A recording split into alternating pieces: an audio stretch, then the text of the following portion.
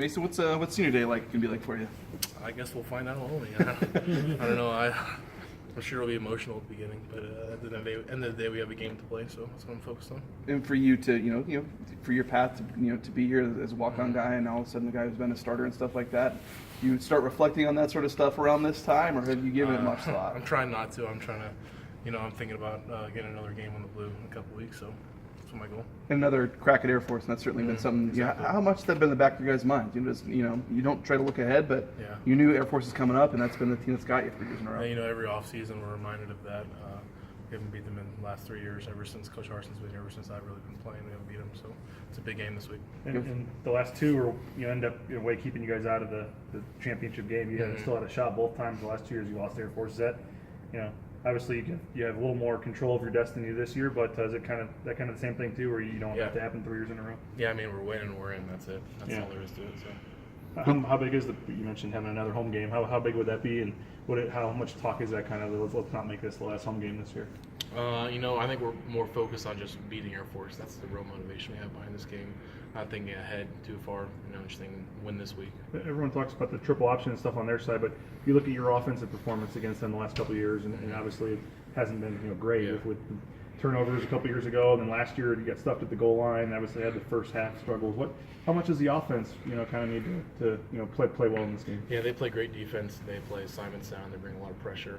They disguise that pressure really well. So in order for us to win this game, we need to get ahead of them early, and that kind of gets their offense off track. So I think last year they had 41 minutes time of possession or something too. It's crazy. So is that one of those things going into the game sometimes where you may get less plays, less possessions, you got to take advantage of it? Yeah, you got to be efficient. You have limited opportunities. You got to make them count. How much has you as an O-line or you as a center thought about that last drive at Air Force last year where you guys weren't able to get it in on the goal line?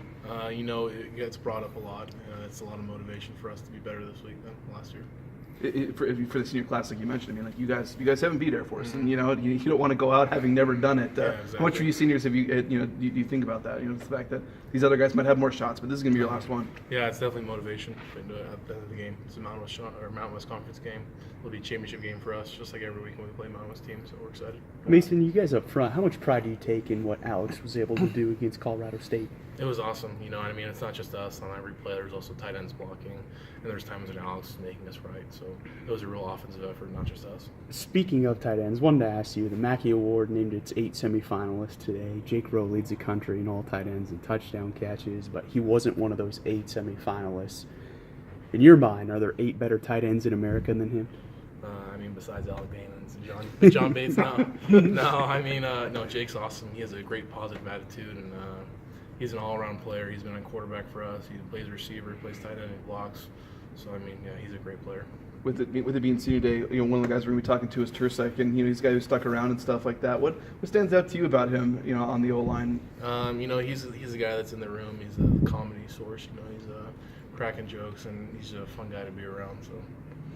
How badly do you guys want, a Mountain West title, and how badly for you as a senior do you want to finish this thing off the right way?